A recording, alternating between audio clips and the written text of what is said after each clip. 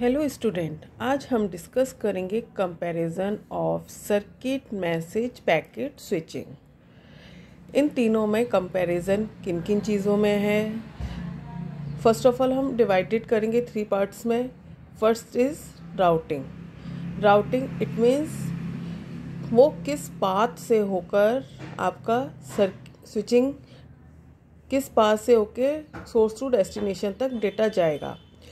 Circuit switching में आप जानते हैं कि एक डेडिकेटेड पाथ क्रिएट करते थे, फिक्स्ड हो जाता था सोर्स टू डेस्टिनेशन तक का।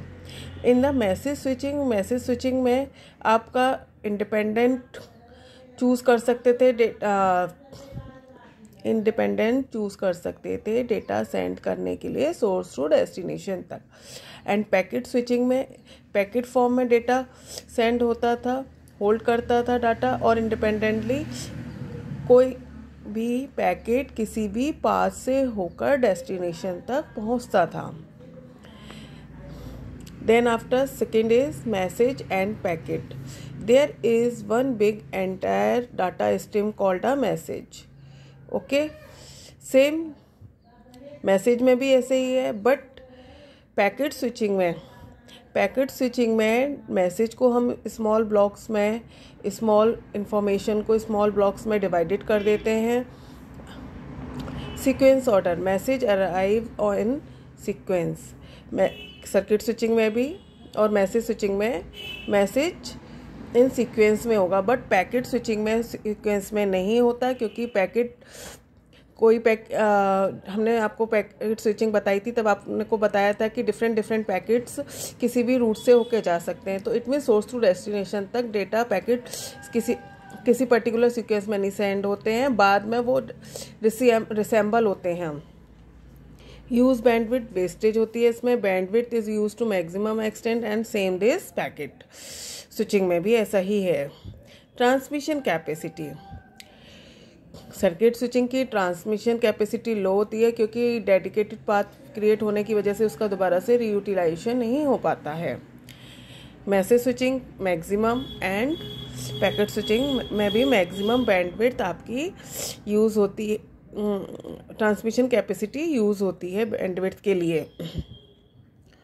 Okay, and now we discuss signals क्या हैं आपके। Signals is an electromagnetic light waves that represent a data. Signals electromagnetic waves की फॉर्म में होते हैं, जिसके द्वारा आप डेटा को सेंड करते हैं।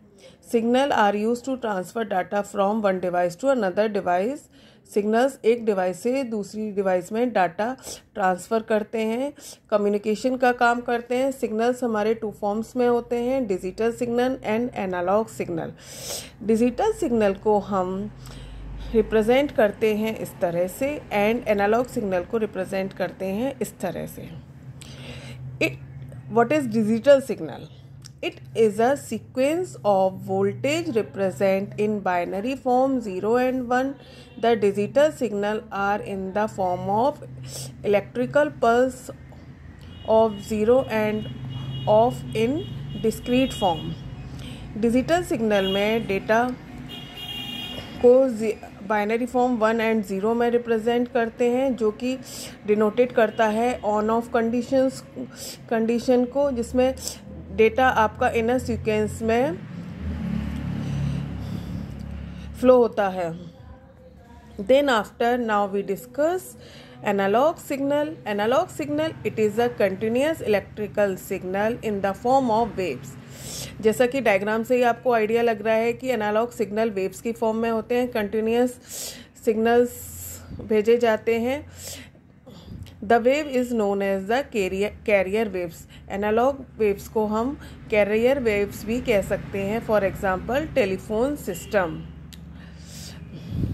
एनालॉग सिग्नल के और भी एग्जाम्पल हैं, जैसे जितनी भी मेडिकल फील्ड में मशीनरी यूज़ होती हैं, जैसे कि ECG machine, CT scan machine, इन सब में भी एनालॉग सिग्नल का यूज़ किया जाता है। Okay student, thank you.